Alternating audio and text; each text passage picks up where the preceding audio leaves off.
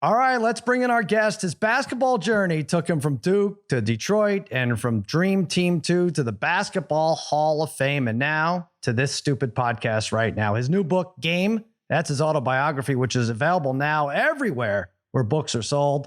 7-time All-Star. More importantly, as far as I'm concerned, 3-time recipient of the NBA Sportsmanship Award. Grant Hill, thanks for being here. Hey, Sal, thanks for having me. I appreciate it.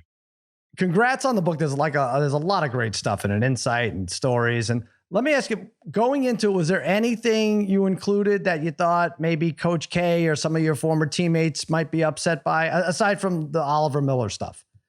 Yeah, I mean, there's always that, that fine line, or that notion that what happens in the locker room stays in the locker room. And, you feel like you're kind of betraying it a little bit with some of the the things that you write about. But, for me, it was about my story and my perspective and what I experienced. And in terms of teammates, no, I wasn't uncomfortable. There was a little bit my junior year, my third year at Duke. A lot went on that year, and I got into a little bit of the relationship with Coach at that time and what I was thinking, and it wasn't all positive. I think people look back on those teams, and I think they think that everything was smooth sailing and perfect, and it wasn't always all rainbows and lollipops, and so getting into some of that stuff as I'm trying to internalize and navigate things, and so I was maybe a little worried about how Coach would take it, how other people would take it, but I felt like it was important to show the good and the bad, and what you have, and I think that's normal. I think most player-coach relationships is not always going to be easy. There's going to be tense moments. And so capturing that, sharing that, I thought was important, but also was a little bit nerve-wracking. Sure. Did you run anything by Coach K, or have you had feedback from him? Did you give him an advance copy of the book? I sent a copy back in January looking for a blurb. And he was maybe that's the blurb right now. Is he calling? Maybe he's phoning it in. I sent him a copy of the book. I was a little nervous. He did return with a blurb. I'm not sure he read it. But he gave me a nice blurb. But I think he understands. Like, he understands what that is. And I was very complimentary of him and spoke very highly of him. But there were some tense moments that I felt it was important to be authentic for the reader. Yeah. It would have been funny. I know you would have never done this, but if you completely trashed him in the book and then gave him and still asked for a blurb and he would just gave a glowing endorsement of the book. That's maybe for the second time. That's something to think about. I don't even know where to start with this. I mean, your career is you tell a great story all through the whole journey. You had like 5 different colleges on your list, and your dad wanted you to play for Carolina, right? Oh, yeah. I mean, my dad, was a Carolina fan, and and long before I was, introduced to basketball. And so as, the recruiting process started and Carolina became interested, I think he was probably leaning towards Carolina. And then my mom was a Georgetown fan. So we had season tickets, and she and I, my dad traveled a lot. So she and I would go to all the Georgetown games during those, electrifying years with Patrick Ewing and so on and so on. So Duke wasn't really on our radar until, as I, maybe my sophomore, junior year in high school. And the more I interacted and engaged with Coach K, the more it became apparent that this was a place that I'd want to be and play for, a coach who I'd want to play for. Mm-hmm. Yeah, absolutely. Yeah. And also if you had gone to Chapel Hill, it's in your name, for crying out loud. You could have convinced people that your great grandfather's name was Chapel Hill, and you get a free ride or something.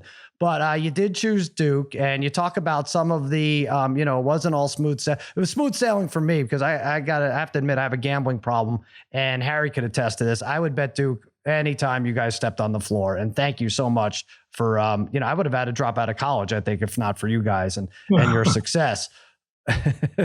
But you do talk about, like, it wasn't all, Skittles and rainbows, as you say. There were some practices where Christian Laettner was very tough on Bobby Hurley. It boiled over. I think Bobby drilled him in the face with a ball at practice.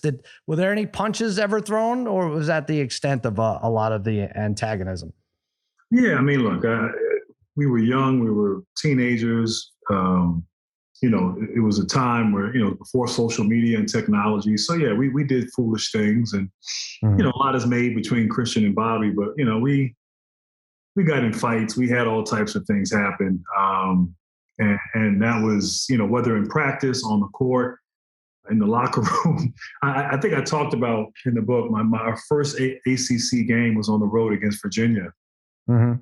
And the night before, we're in somebody's room fighting, like taking turns, like fighting each other, and not throwing punches, but wrestling and all of that. And then we ended up, proceeded to get blown out by Virginia the next day. So we were young, and back at a time, I guess, where you could be young and do things on and off the court like young people can. You can't do that now with everyone watching, but in spite of all that, we were able to have great success. But yeah, there were punches and things that occurred from multiple people throughout my 4 years at Duke. Yeah, it's interesting because you talk about the benefits of before social media. You could be kids. A lot of this stuff wouldn't have been found out. But obviously, there's a benefit to today being a college athlete. The NIL money. Who would have brought in the most NIL money out of you guys back in the day? Yeah, I mean, I think Leitner would have done well. I think Shaquille O'Neal probably would have done well. Yeah, for sure. Although you didn't quite see his personality. Until That's he went to the NBA. But, with social media, you probably would have seen it earlier. But people may not quite remember how dominant and, how incredibly talented it was. Everybody's darling. If you think of the modern era since, 1980, I'm not sure there's a college basketball player who has had the career he's had. And I put that up there against anybody. And so, he was pretty likable then. Yeah, absolutely. Now, this is the stuff I love. We talk about in the book. There was a great story detailing a time you accidentally deleted a 10-page paper the night before leaving for a game. Can you tell us about that? Yeah, so it was crazy. So it was early December, I think, and I guess it was early in the year, early December, maybe before finals for the first semester of my freshman year. And I had a paper due the next day. So I'm working on the paper, and I'm using a friend's computer, and, I'm at the end, and, I'm kind of typing it as I go. I have a bunch of notes that are kind of all assembled. So I had, a little bit of a rough draft to the paper, but so I spent kind of all evening on it, and got to maybe, 1 o'clock in the morning. And at that point, the next day we had a game, but the game was on the road. It was the ACC Big East Challenge. We were playing Georgetown at Georgetown, the Capitol Center in Landover, Maryland. And we were going to fly up that morning, go to a hotel for a few hours, and then actually go to the game. And so anyway, 1 o'clock, I'm done, and I'm not sure exactly what I did, but I ended up deleting the entire paper. So I remember I had to go to another person's room because the person I was in, they were like, they wanted to go to sleep. So I went to another person's room, finished the paper, turned it in, like literally got dressed and went to the bus, pulled an all-nighter. And so, you're trying to sleep on the airplane. I'm a freshman, so we don't sit in first class, so we sit in coach. Right. So it was hard for me at 6'8" to get comfortable to sleep. And then we get to the hotel, we got meetings and walk through. And so anyway, I go out in the game, and I'm just sleepwalking. Like I am exhausted. And so, that's part of being a freshman and learning, how to manage your time correctly. Yeah. But also learn how to, save your paper and your work as you go. Right. Well, I guess being a freshman makes it a little bit different. But honestly, if you decide you're not turning that paper in, what happens to Grand Hill? What's the next year? Well, yeah. I mean, you get you get graded. You get graded. It was, Yeah. Duke was challenging, and Duke wasn't easy. And, not only did we get, pushed and challenged and held accountable on the basketball court, but also in the classroom. And so I think, professors tried to be flexible, particularly during the playoff, or not the playoff, but during the postseason and the tournament. But there was an expectation as a student athlete you get your work done. So there were no gut courses, if you will, during that time. Gotcha. Now you might be, or the first athlete I know that's admitted or come out with a story that you've slept at Coach K's house. What was that like? You had broken your nose, right, over winter break. And how strange was that? Were you snooping around? Did you find anything good? Is he a big snorer? What can you tell us? Well, first of all, I don't remember him sleeping. I broke my nose. So that Virginia game, that game that we lost and we were fighting beforehand, we bust back. We had practice as soon as we got back to Cameron, and I broke my nose in that practice. And the dorms were closed. So freshmen, were staying in a hotel, but I needed like around the clock attention. So I stayed at Coach K's house. And I had all this packing in my nose and I couldn't sleep. So one night I got up at like 2, 3 in the morning and go down to the kitchen. And one thing I learned was that he was a big ice cream eater. So he had all this Haagen-Dazs ice cream in his freezer. So I went down at like 3 a.m. to get some ice cream, and he's there like in the family room right off the kitchen. He's in there watching film. And, wow. And I'm talking like reel to reel film, like, where you can't stop it. You go forward and reverse, there's no pause button. And at that point, I didn't realize that coaches watch tape. Like I was sort of oblivious to all of that.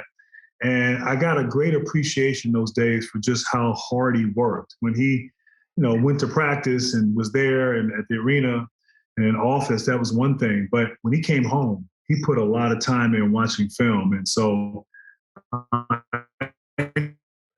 the way to the end of his career, he was notorious for watching, a game might be 2 hours long. He might take 4 or 5 hours to watch a game. I have to say that would have scared me. I don't know if I would have gone for the ice cream, and I'm a big fat guy. I would have been like, you know what? This is intimidating. I'm going back to bed. I can't be eating chunky monkey ice cream. Although you said it was Haagen-Dazs right in front of Coach while he's breaking down X's and O's, but you enjoyed the ice cream nonetheless. Yeah. Haagen-Dazs vanilla ice cream. That's what I like. So, hey, I was, it's not a bad place to be to recover. Right. Absolutely. What was your most gratifying win? Was it the upset again? I think you were 10-point underdog against UNLV that first time and you won the national championship. Was that the game? It was like, that's it. Did that click with you hardest? Yeah. I mean, I think just that was a pivotal moment for, I guess for me personally, but for the program. People thought, I think when I arrived on campus, people thought, or wondered if Coach K could win the big one. And they had lost to Vegas the year before. They had been to 4 Final Fours in 5 years and couldn't win.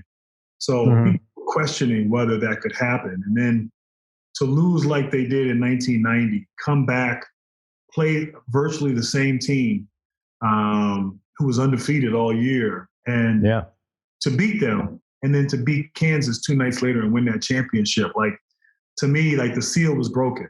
And, we became, a powerhouse program at that moment. And it really catapulted us, I think, to a whole nother realm. And Coach K didn't look back from there. Not only when I was there, but, for the next 25 years, he went on to become an icon. But I thought that was a real important moment in the history of Duke basketball and Coach K's legacy. Yeah, that was a turning point for sure. And that Kansas game, just in case you want to know, you were favored by 4 and you guys won by 7. And you and Christian Laettner, I think Laettner had hit like 11 out of 12 free throws in the last 2.5 minutes to cinch that up. But great times for me, gambling wise. I do want to, Harry has a question for you. And now this could go many different ways. We've had success with this and it's been a failure as well. But Harry, okay, ask Mr. Hell a question. Go ahead. All right. Hey, Grant, big fan here. Degenerate gambler also, just like cousin Sal here. And Sal and I college buddies. We grew up in Big East country, but he's not lying. Like, he would have to bail him out. You guys bailed him out. The Duke Blue Devils bailed him out plenty. And, that was like 30 years ago. And speaking of 30 years ago was that pass against Kentucky by you to win it to Christian Laettner. Do you remember that, Grant? Do you know what he's talking about? Yeah, kind of. The degree of difficulty on that pass was off the charts, and it made me think, Grant, like, is that the greatest pass in sports history? I mean, you got Big Ben's pass in the Super Bowl to Santonio Holmes. You got Stafford to Cup last year to win the NFC Championship. Derek Jeter's even flipped to Posada, even though it was like 3 feet. It was an incredible play to get Giambi in Oakland in the playoffs in 2001. But is your pass the greatest pass in sports history? This is actually not a terrible question. I'm excited for your answer. Yeah. Yeah, I never thought of it that way. I mean, forget about the shot by Laettner. What about the pass? Well, I've always felt like that was an iconic moment in college basketball history. But in the grand scheme of all of sports, why not? Yeah, it was the greatest. Yeah, there you go. Right. Nice. Hey, that's what I said. It is the. It was. I think. What were you thinking before you passed it? Before you actually, what are you thinking? Laettner only, or what am I doing here? So when we left the huddle, there was a real sense of confidence that we would find a way. And when I went out there, and I realized they weren't putting anybody on the ball. Like now, I was like, I felt like, okay, now it's easy. Like I can just easily throw the ball and deliver it where it's supposed to be. Mm-hmm. I'm going to do my part. That's what I was thinking. And I hope the big fella can catch it and do his part. And, it worked. But, as I always say, you can't make the shot if you don't get the pass. So, yeah.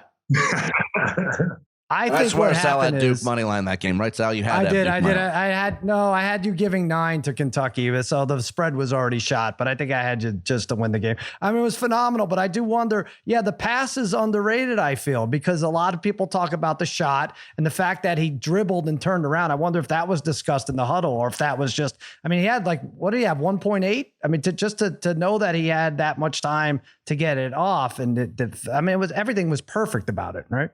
I'm still amazed at what Christian did. I mean, he went up, he caught it. He took a dribble and kind of used that dribble to give him a little bit of a rhythm and getting into a shot. But to have the presence of mind to do that, and to understand, have the awareness of the clock and still, catch, gather, dribble, get into a shot. It was incredible. It was remarkable. And I know when he put the dribble, he dribbled. I was like, no, right. But no, he delivered like he always did, and one of the great moments in college basketball. You know what I think happened? I think before the pass, you took a deep breath and you looked all the way down court and you said, all right, what do I have to do to make Thomas Hill cry in front of millions of people? Because that would be funny.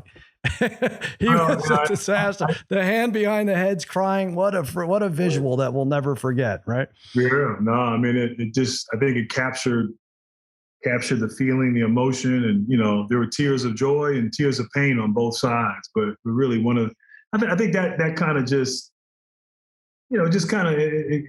embodied what the tournament is all about. Those type of moments.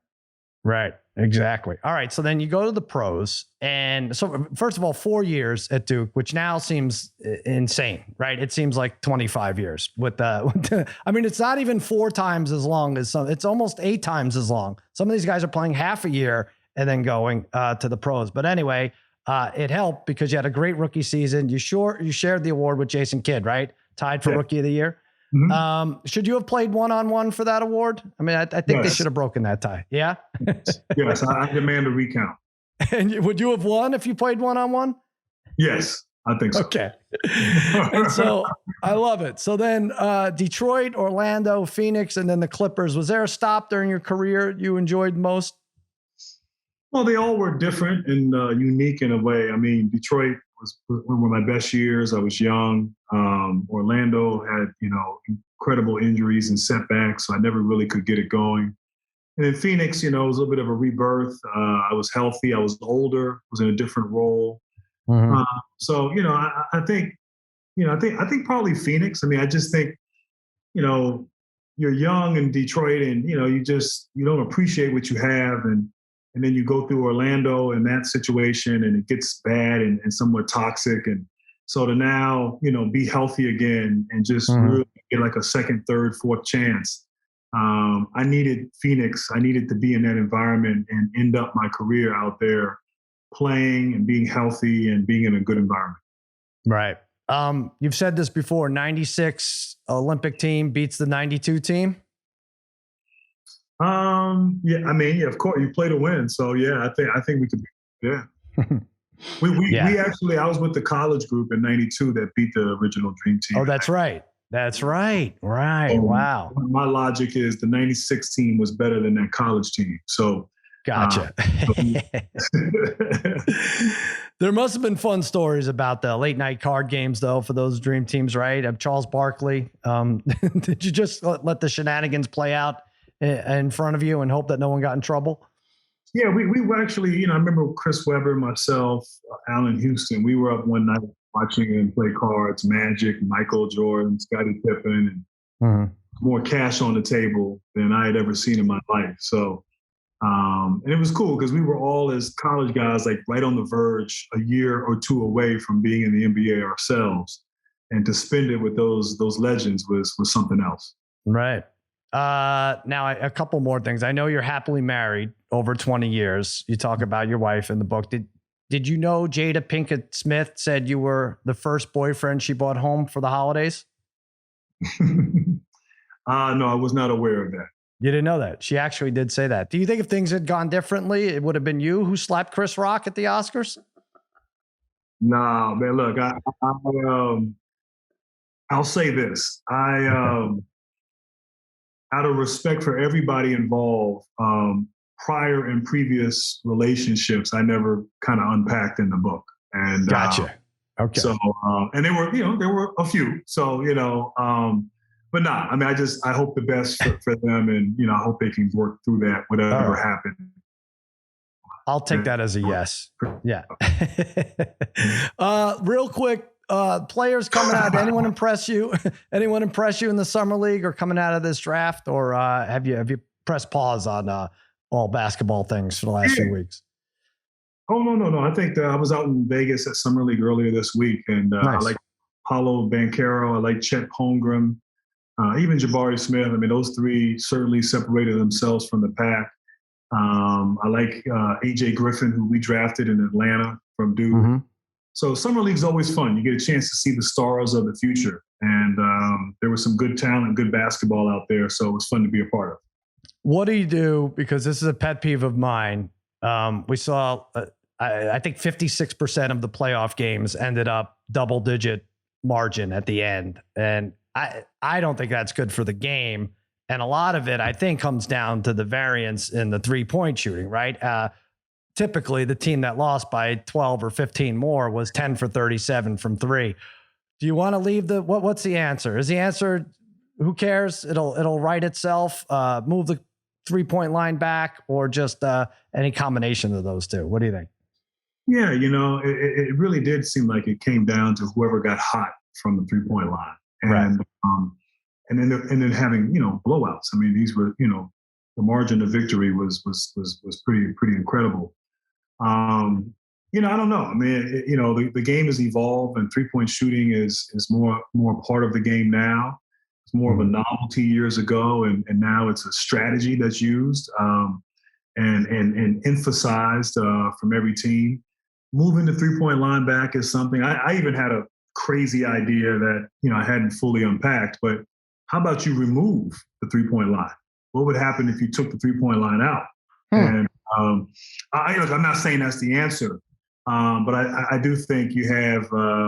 It'd be interesting to be able to sort of unpack and look in and try to figure out how we can keep these games or make these games more competitive. But I think a lot of it is riding on whether a team can get hot, and if a team gets hot, and 9 times out of 10 it was a blowout, and those aren't necessarily always the best games to watch. No. Yeah, not good at all. I agree. We could blame Steph Curry for being so damn good at it, and every 12-year-old trying to emulate him, right?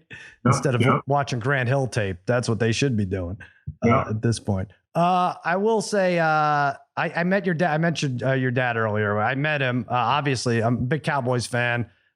He was a star running back. I'm sure, grew up loving the Cowboys. He was very nice to me. I have I was able to go on the field a few times, and he was like the ambassador of Jerry World right there. So I know he loves it. But growing up, I feel like you rooted for the Cowboys, obviously, right? Mm-hmm. Yeah, I did. A hated team. I mean, loved by their fans, but universally hated by everybody else. Same thing with Duke. After a while, were you like, I got to get on a team. I got to get traded like to the Magic or something where people are kind of like neutral. Did that bother you at all? That a lot of times the teams you root for, the teams you played for were the villains? Yeah, I mean, I wasn't fully aware of just how intense that hatred was at the time. Mm-hmm. But, you know, I mean, I think I always felt like, look, they only hate when you're good, you know? And so the Cowboys had a period of time where they were really dominant.